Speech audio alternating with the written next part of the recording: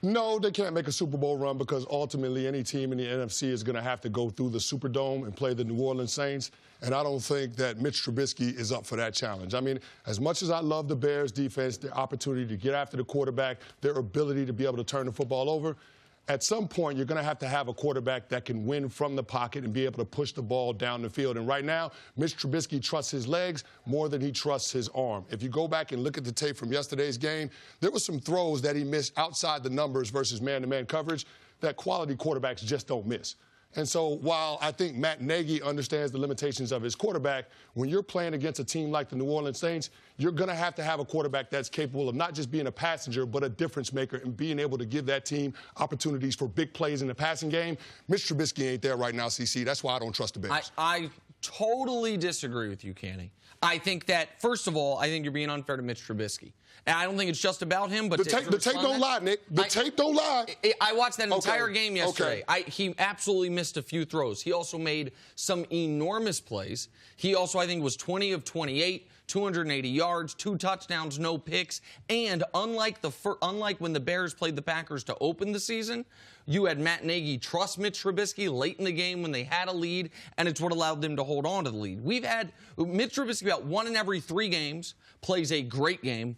About 1 in every 3 games plays a terrible game, and the other ones are average. Like, he's had a 6-touchdown game this season. He's had a couple 3-touchdown games this season. So I don't think he can go on a run where he has 3 consecutive great playoff games, but I know he can play 1 great playoff game, and I know this defense is going to show up every single week. This is the best defense in the NFL. And if they're not contenders, then we only have like 2 contenders. Like, in my eyes, are the Saints the favorite in the NFC? Yes.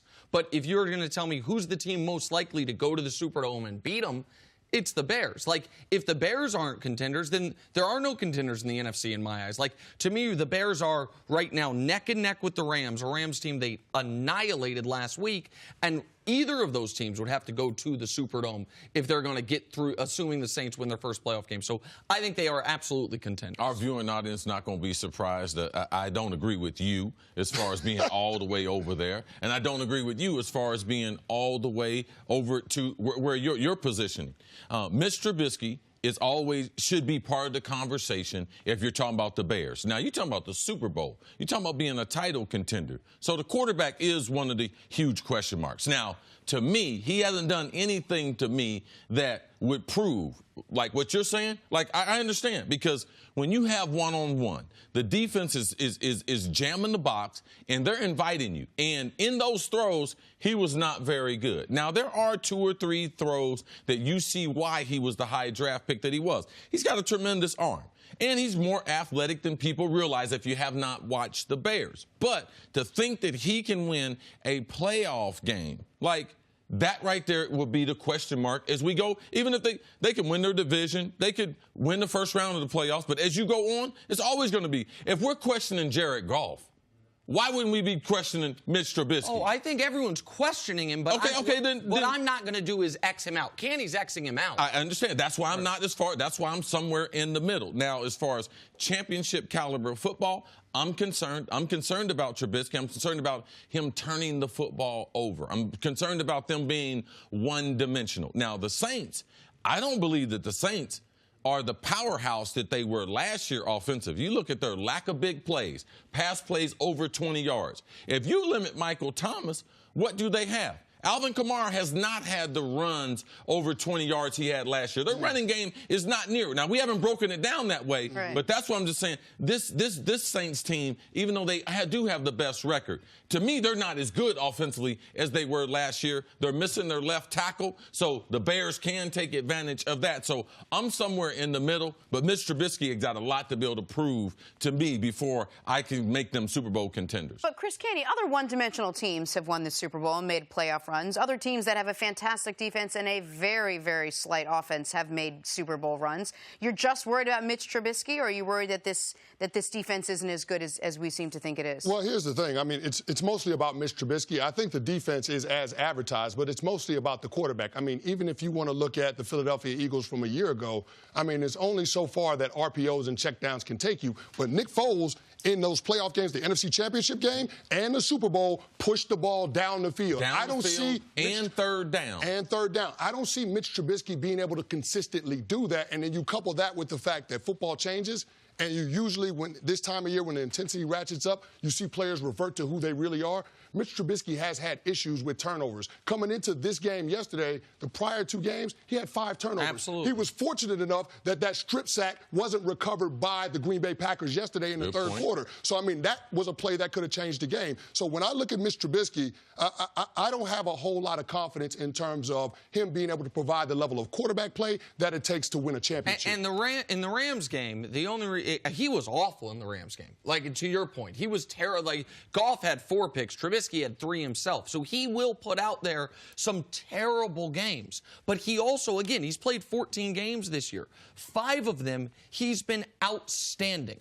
And so there are some teams in the league right now, the Chiefs are one of them, that if their quarterback plays poorly, they are drawing dead. They have no chance to win the football game. The Bears, to me, are almost the opposite. If their quarterback plays well, they are the best team in the league. If Mitch Trubisky plays a B-plus game or better... Make sure we get a sound bite of that, because I think that's going to be... That's not going to be lost. Hold on. Do you disagree with that, C? That if Mitch Trubisky plays... I'm not going to agree with that. Okay. All right. Mitch Trubisky plays... If Mitch Trubisky plays well, because they have, without question, the best defense in football. They have a good running game with Jordan Howard and Tariq Cohen. The only question mark about them is their quarterback. Listen, this is not a Baltimore Ravens. This is not the monsters of the Midway. Okay, let's not.